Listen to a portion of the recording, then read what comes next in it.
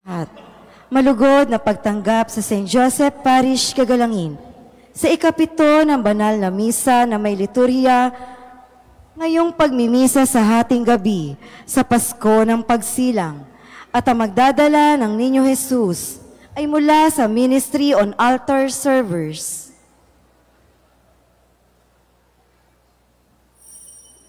Tumayo po ang lahat at tayo'y makiisa sa Eucharistikong pagdiriwang na pamumunuan ng ating Kura Paroko, Reverendo Padre Douglas D. Badong.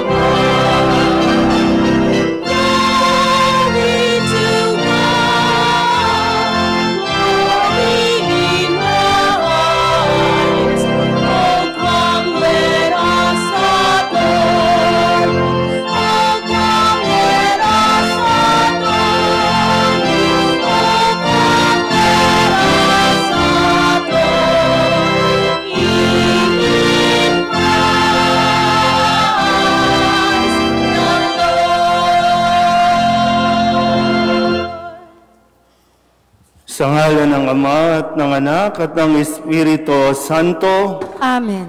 Ang pagpapala ng ating Panginoong Hesukristo, ang pag-ibig ng Diyos Ama, at ang pakikipagkaisa ng Espiritu Santo naway sumainyong lahat. At sumaiyo rin. Ngayon po ay ang pagdiriwang natin ng dakilang kapistahan ng Pasko ng Pagsilang ng Panginoon. Palakpakan natin ang Panginoon.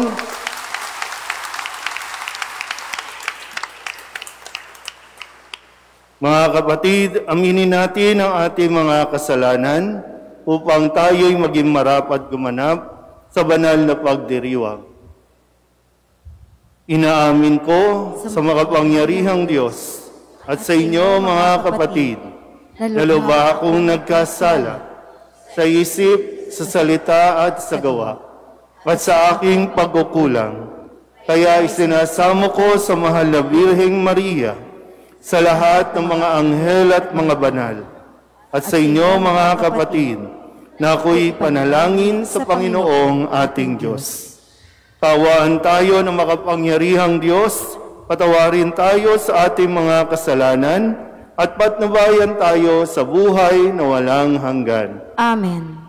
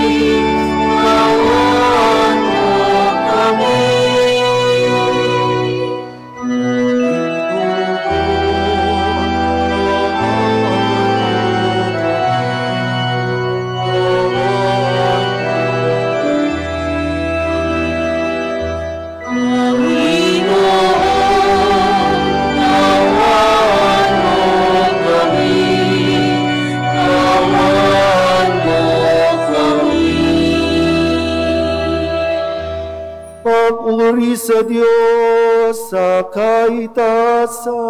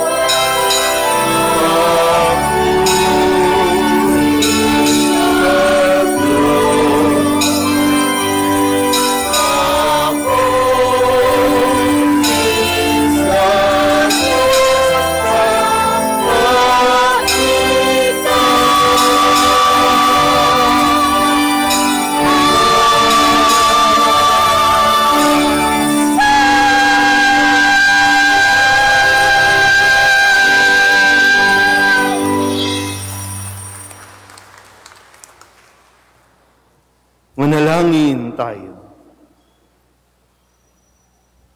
Ama naming makapangyarihan, pinasikat mo sa gabing ito ang sinag ng iyong liwanag na totoo. Pasikatin mo sa amin ang iyong liwanag sa kalangitan, na ngayoy aming pinatutuloy sa aming pamumuhay sa pamamagitan ni Jesucristo, kasama ng Espiritu Santo, magpasawalang hanggan. Amen.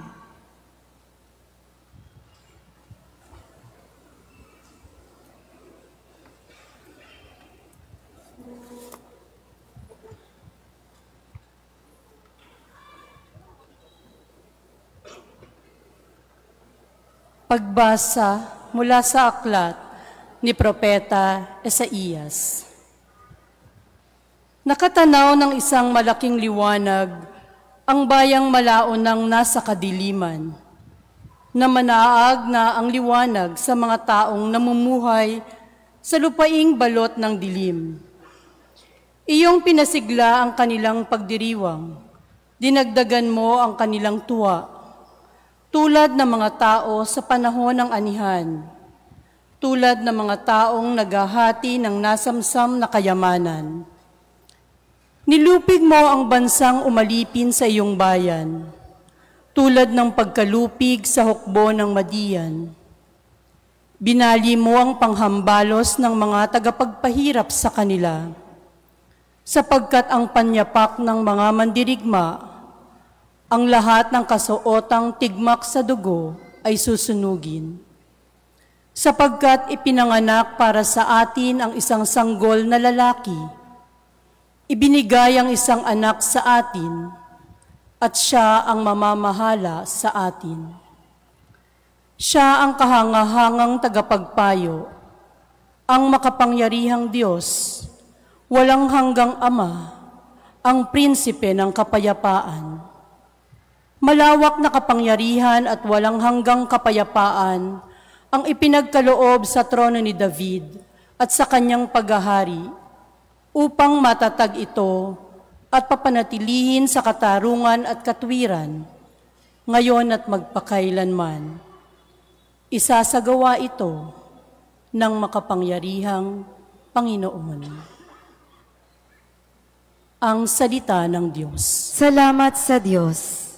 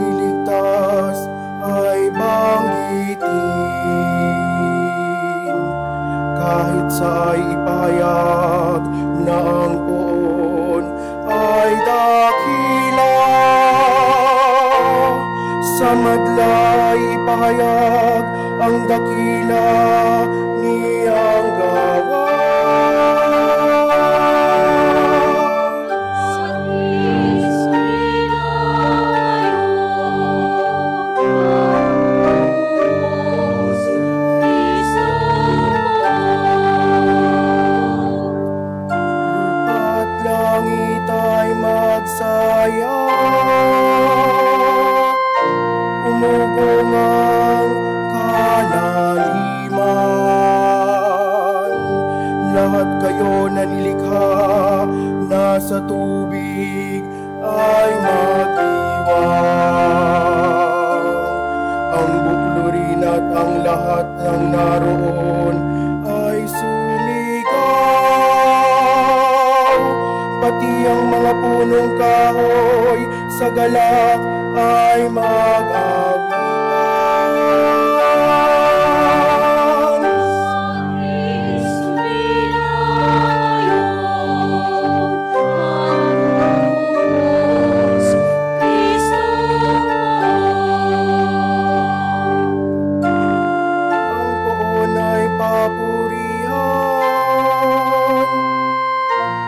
Siya'y daratan, paririto sa daigdig, upang lahat ay hatulan.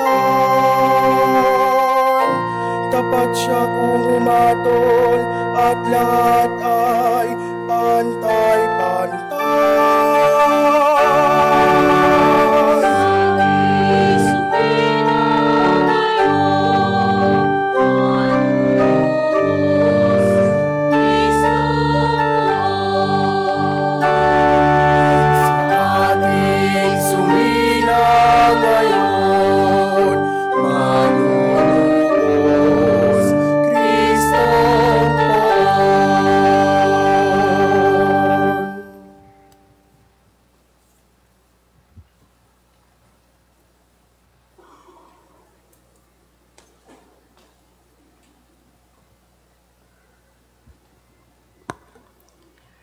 Pagbasa mula sa sulat ni Apostol San Pablo kay Tito.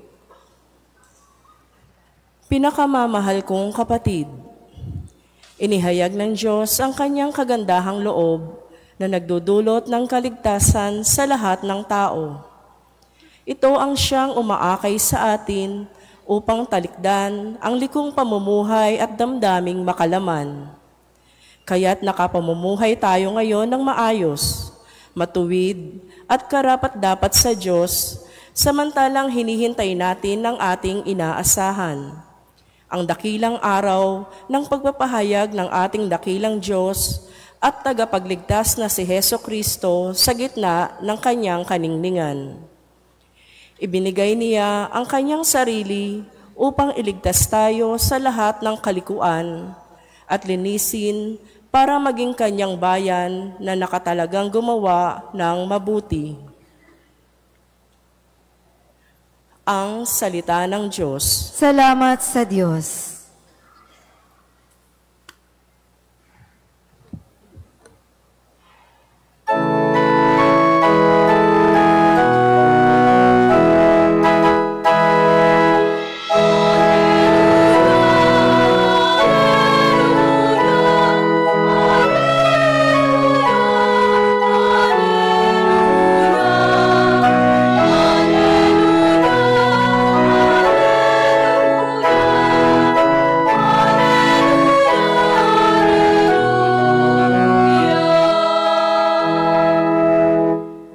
Ito'y balitang masaya, manunubos sumilang na, sa ating Kristo poon siya.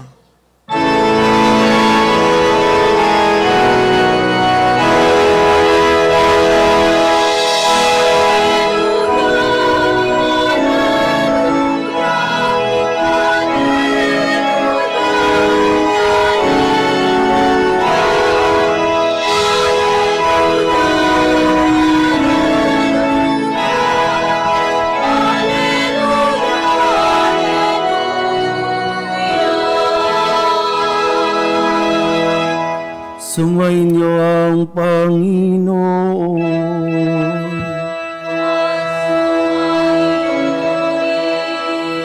Ang mabuting balita ng Panginoon ayon kay San Lucas.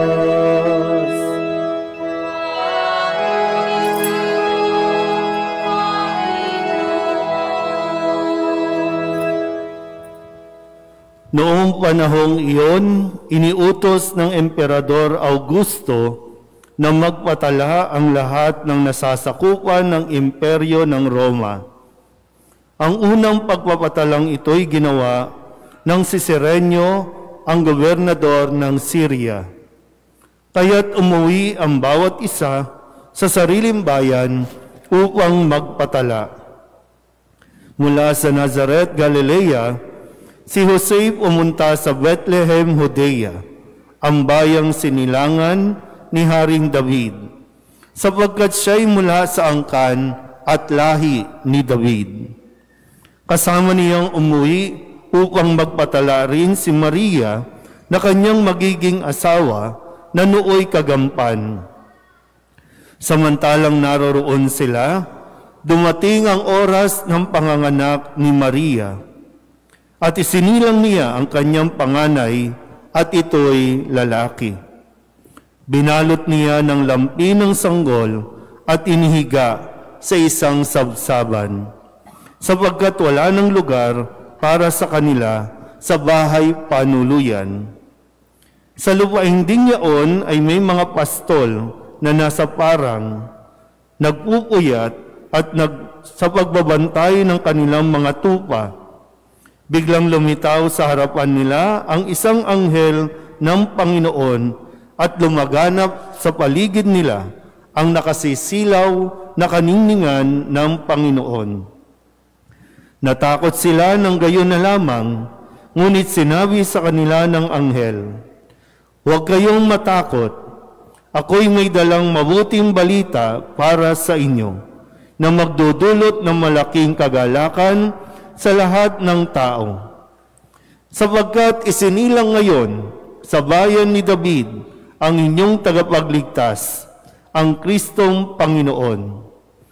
Ito ang palatandaan. Matatagpuan ninyo ang isang sanggol na nababalot ng lampin at nakahiga sa sabsaban." Biglang lumitaw sa tabi ng anghel ang isang malaking hukbo ng kalangitan na nagpupuri sa Diyos. Papuri sa Diyos sa kaitaasan at sa lupa'y kapayapaan sa mga taong kinalulugdan niya. Ang mabuting balita ng Panginoon.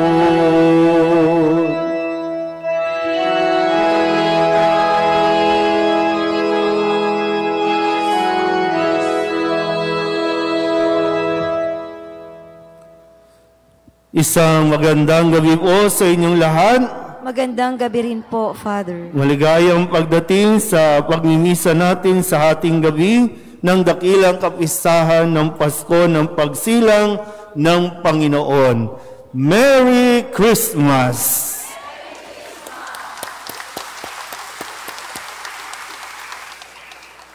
Talagang ang salita ng Diyos ay consistent, no? Kahit na balik-balik ta rin man natin ang mga kwento, pero ganun pa rin talaga, hindi ito magbabago, hindi ito naiiba, lahat ay konektado.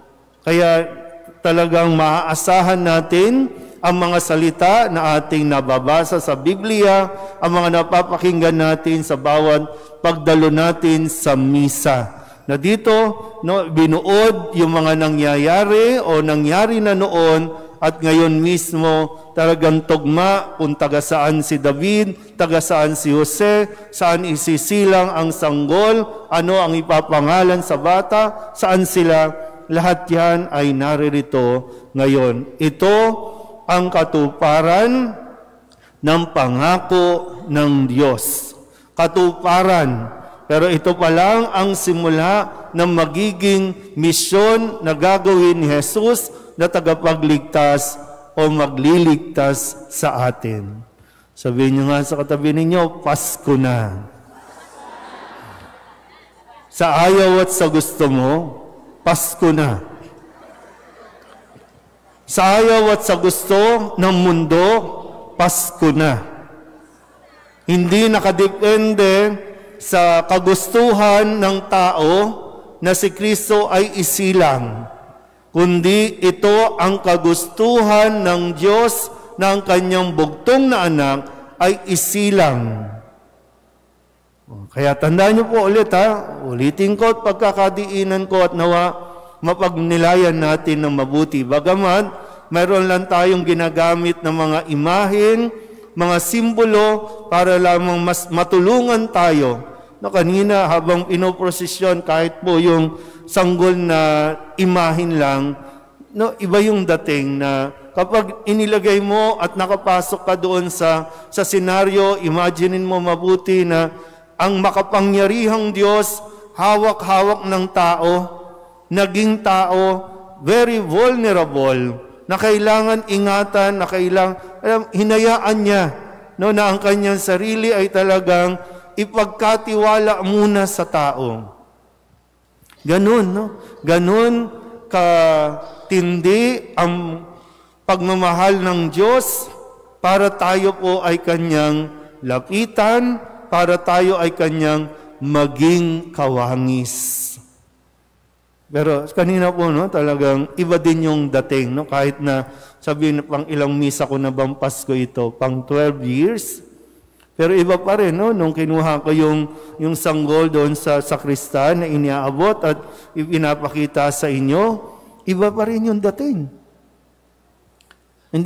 Ang hirap ipaliwanag, no? Pero sana po meron kayong naramdaman kahit papaano, no? Na sa pagdiriwang natin ito, na kahit taon-taon nagpupunta tayo dito, pero naramdaman nyo nawa, no? Na ito yung pagkilos ng Diyos.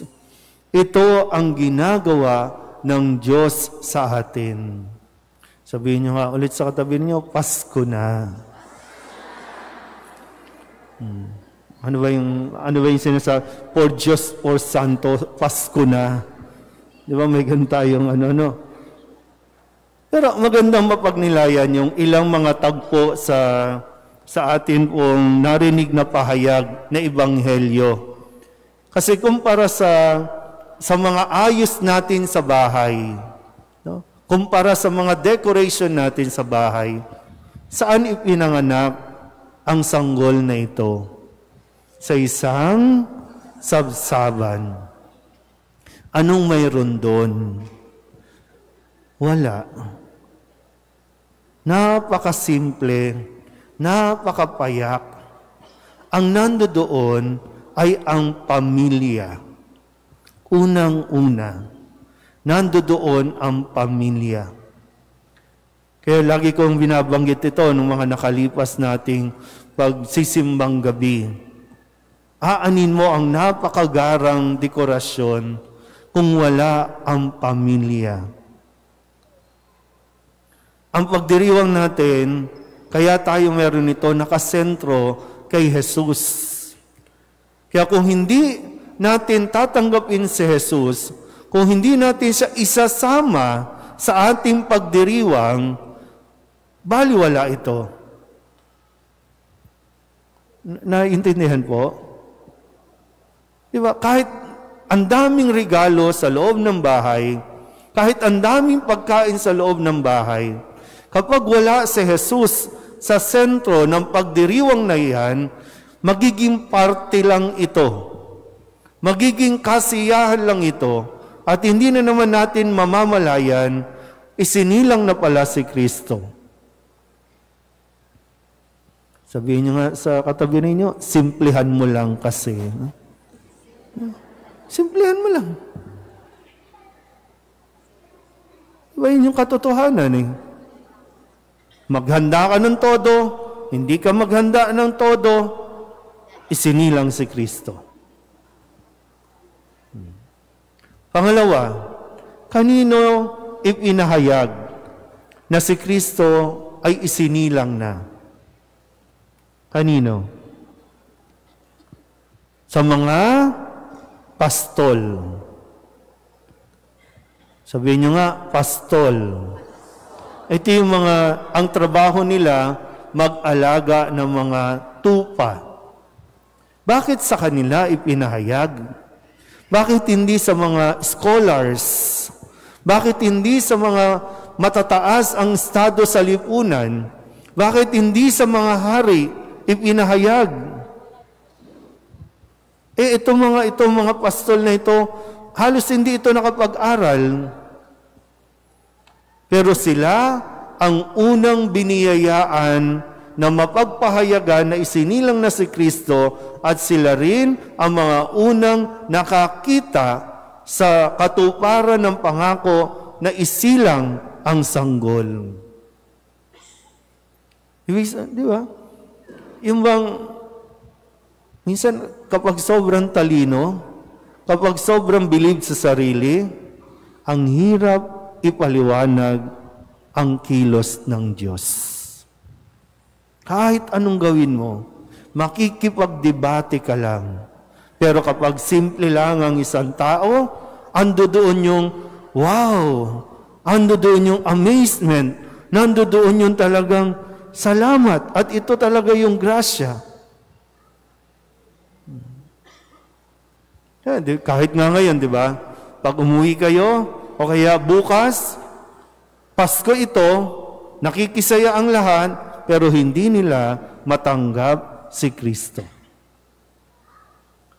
Minsan nga, no, kapag yung sa mga trabaho, di ba, no, may mga katrabaho kayong hindi Katoliko, di ba? Tama ba? Pero pati sila, hindi kumikilala kay Kristo, pero tumatanggap ng Christmas gift. Dapat gift lang. Pero Christmas gift. Kung wala si Kristo, walang Christmas gift. Pero makikikain yan, makikiparty yan, makikisaya yan, nang hindi kinikilala si Kristo. Dahil sila ay punong-puno na ng kanilang sarili, na alam na nila kung sino ang Diyos at hindi nila matatanggap na ang Diyos magiging ganyan. Dapat powerful. Dapat makapangyarihan. Bakit sanggol? Na kailangan pang ipagtanggol, kailangan pang alagaan, kailangan pang protektahan.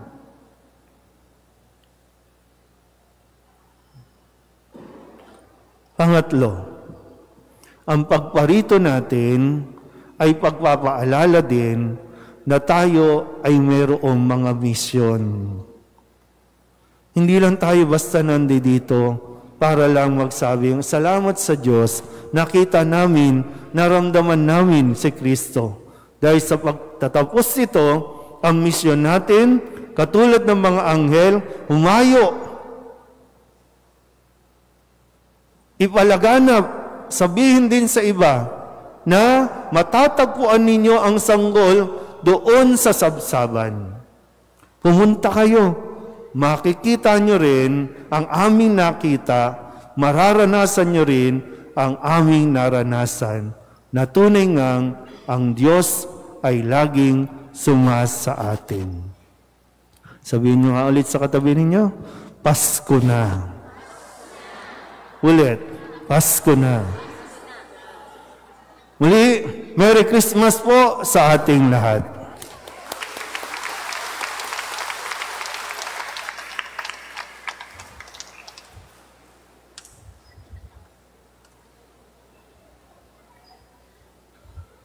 Magsitayo ang lahat at ating ipapahayag ngayon ang ating pananampalataya. Sumasampalataya ako sa Diyos amang makapangyarihan sa lahat, na may gawa ng langit at lupa. Sumasampalataya ako kay Jesucristo, isang anak ng Diyos, Panginoon nating lahat. Magsiluhod po ang lahat.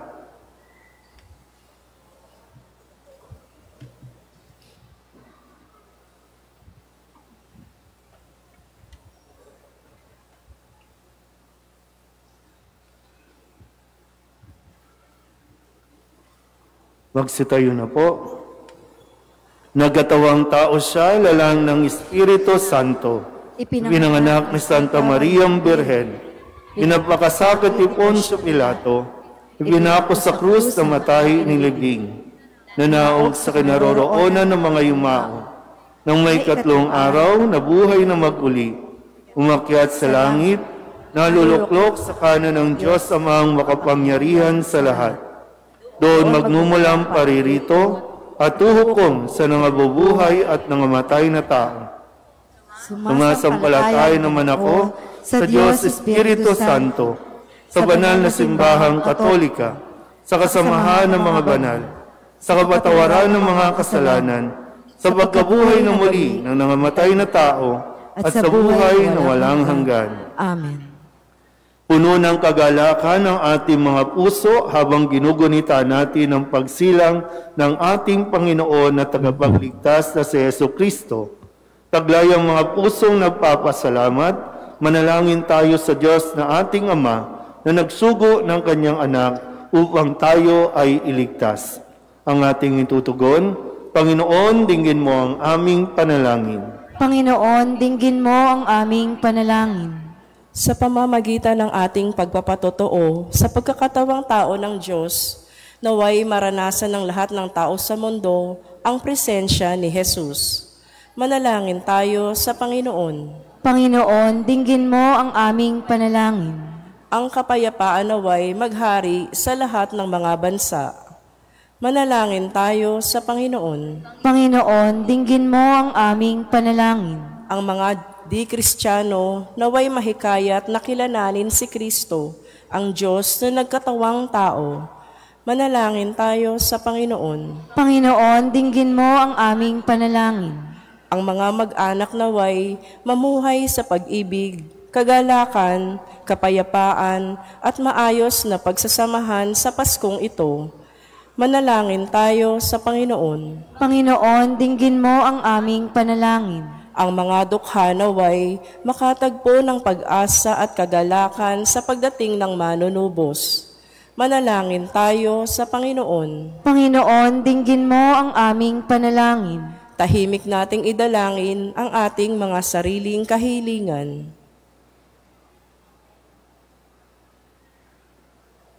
Manalangin tayo sa Panginoon. Panginoon, dinggin mo ang aming panalangin.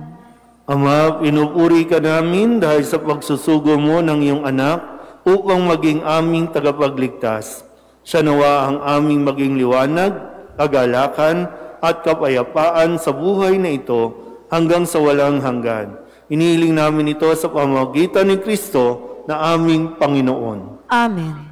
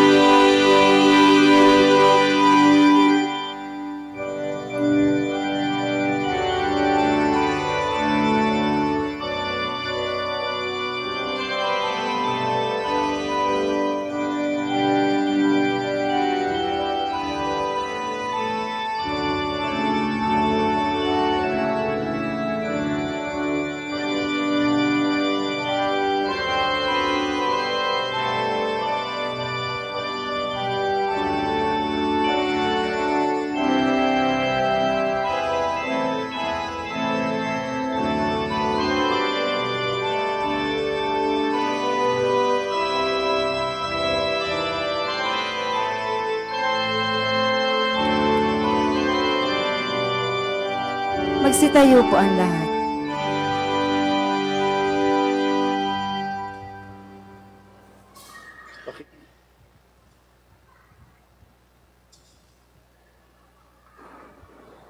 Manalangin kayo mga kapatid upang paghahain natin ay kalugdan ng Diyos Amang makapangyarihan.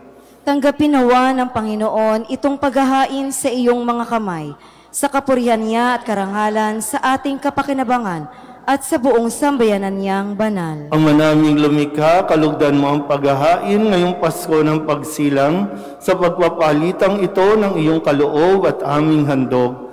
Ang anak mong umako sa aming kaabahan ay siya nawang magparangal sa amit magtampok bilang tagapamagitan kasama ng Espiritu Santo magpasawalang hanggan. Amen. Sumainyo ang Panginoon. At sumaiyo rin. Itaas sa Diyos ang inyong puso at diwa. Itinaas na namin sa Panginoon. Pasalamatan natin ang Panginoong ating Diyos. Marapat na siya ay pasalamatan. Ama naming makapangyarihan, tunay ngang marapat na ikaw ay aming pasalamatan sa pamamagitan ni Jesucristo na aming Panginoon.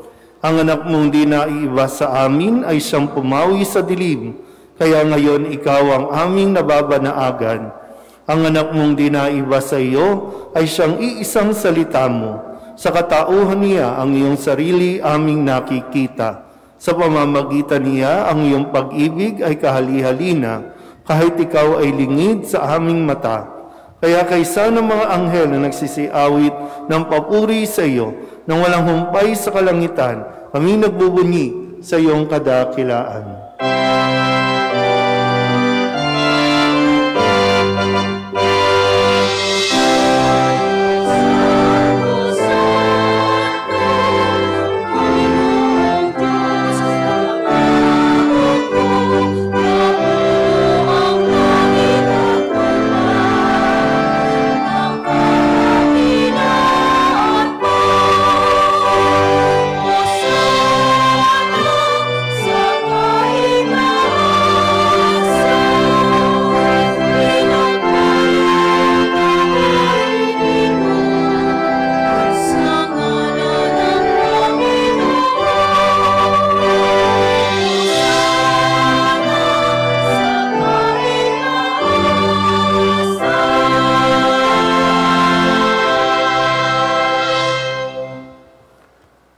Naming banal, ikaw ang bukal ng tanang kabanalan.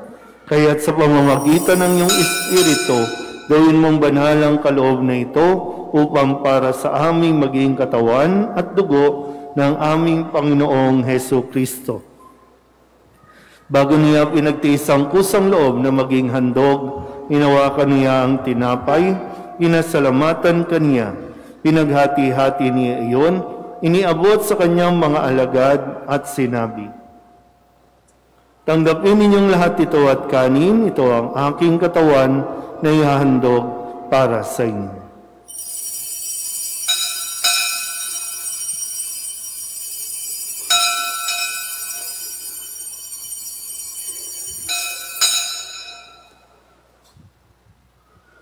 Gayun din naman nang matapos ang hapunan, hinawakan niya ang kalis, muli kaniyang pinasalamatan. Iniabot niya ang kalis sa kanyang mga alagad at sinabi, "Tanggapin ninyong lahat ito at inumin. Ito ang kalis ng aking dugo, ng bago at walang hanggang tipan. Ang aking dugo na ibubuhos para sa inyo at para sa lahat, sa pagpapatawad ng mga kasalanan. Gawin ninyo ito sa pag-alaala sa akin."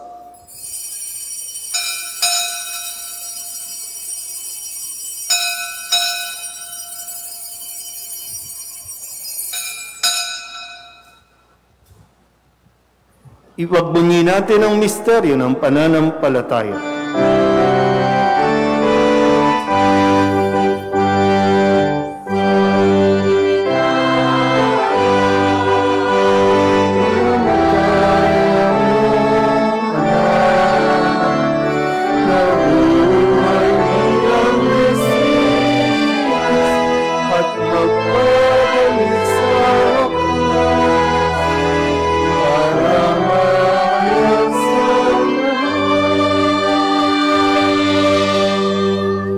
Ama, ginagawa namin ngayon ang pag-alaala sa pagkamatay at muling pagkabuhay ng iyong anak, kaya tiniaalay namin sa iyo ang tinapay na nagbibigay buhay at ang kalis na nagkakaloob ng kaligtasan.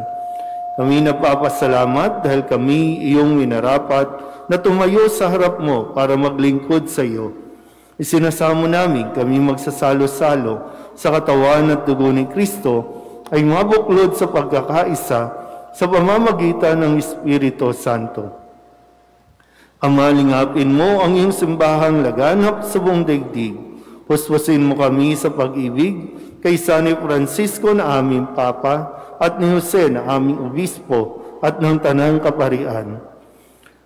Alalahanin mo rin ang mga kapatid namin na himlay na may pag-asang sila'y muling mabubuhay, gayon din ang lahat ng mga pumanaw.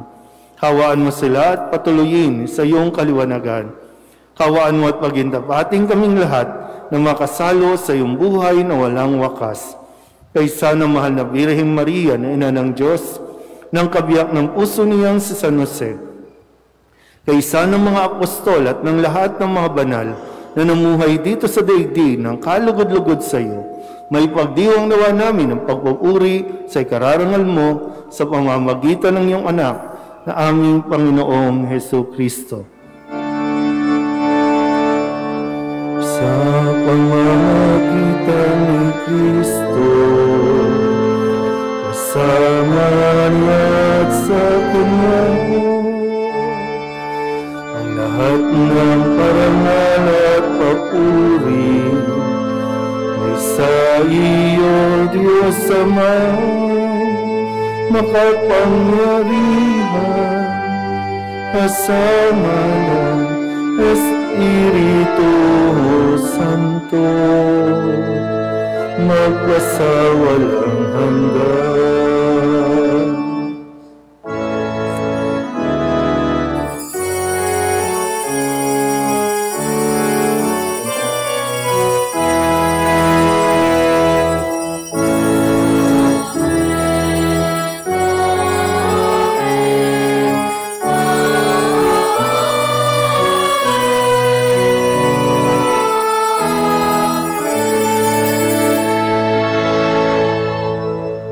Sa tagubilin ng mga nakagagaling na utos at turo ni Jesus sa Panginoon natin at Diyos, ipahayag natin ang lakas loob.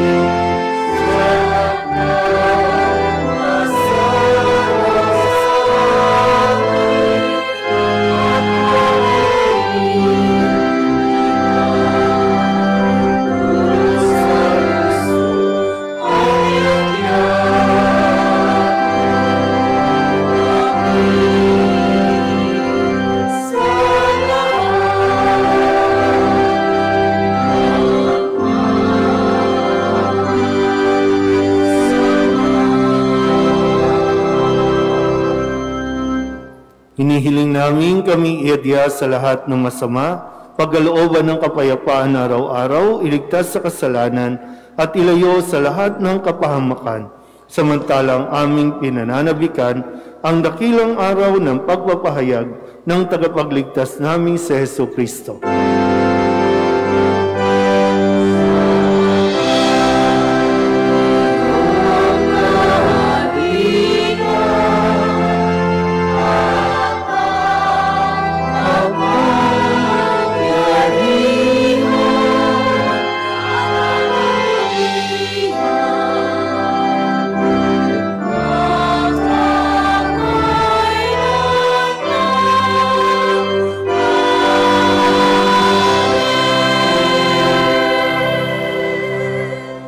Panginoong Heso Kristo, sinabi mo sa iyong mga apostol, kapayapaan ang iniiwan ko sa inyo, ang aking kapayapaan ang binibigay ko sa inyo. Tunghayan mo ang aming pananampalataya at huwag ang aming mga pagkakasala.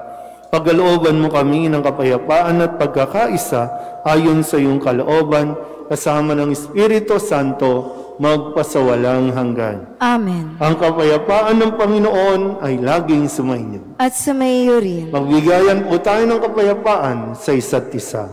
Merry Christmas po.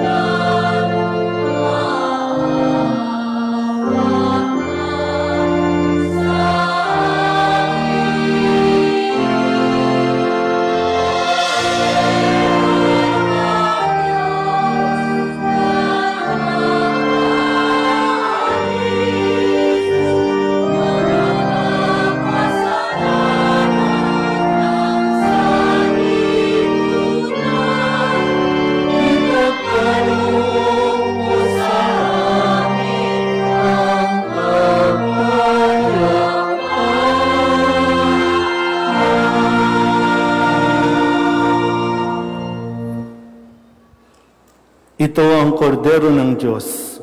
Ito ang nag-aalis ng kasalanan ng sanlibutan. Mapalad ang mga inaanyayahan sa kanyang piging. Panginoon, hindi ako karapat-dapat na magpatuloy sa iyo, ngunit sa isang salita mo lamang ay gagaling na ako.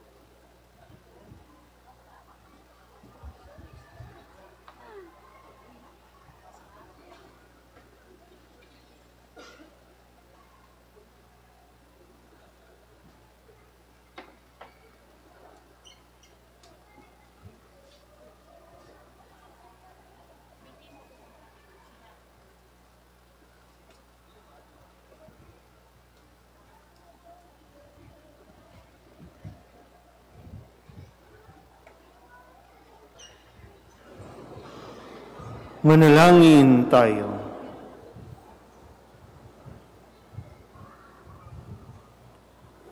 Ama naming mapagmahal, sa pagdiriwang namin na maligayang Pasko, pagindapatin mong kami makasalo sa pamumuhay ng anak mong kalugod-lugod sa iyo. Bilang tagapamagitan kasama ng Espiritu Santo, magpasawalang hanggan. Amen.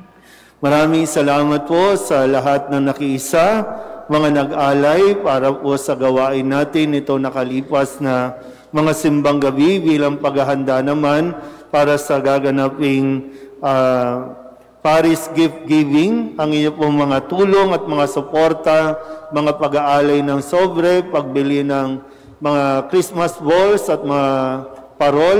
Malaking tulong po yan upang tayo po ay makapagbahagi para sa mga nangangailangan ng kanila pong pagsasaluhan sa darating na Medianoche.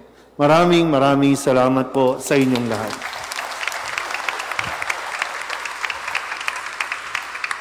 Sumainyo ang Panginoon. At sumaiyo rin. Iyuko ninyo ang inyong mga ulo habang iginagawad ang pagbabasbas.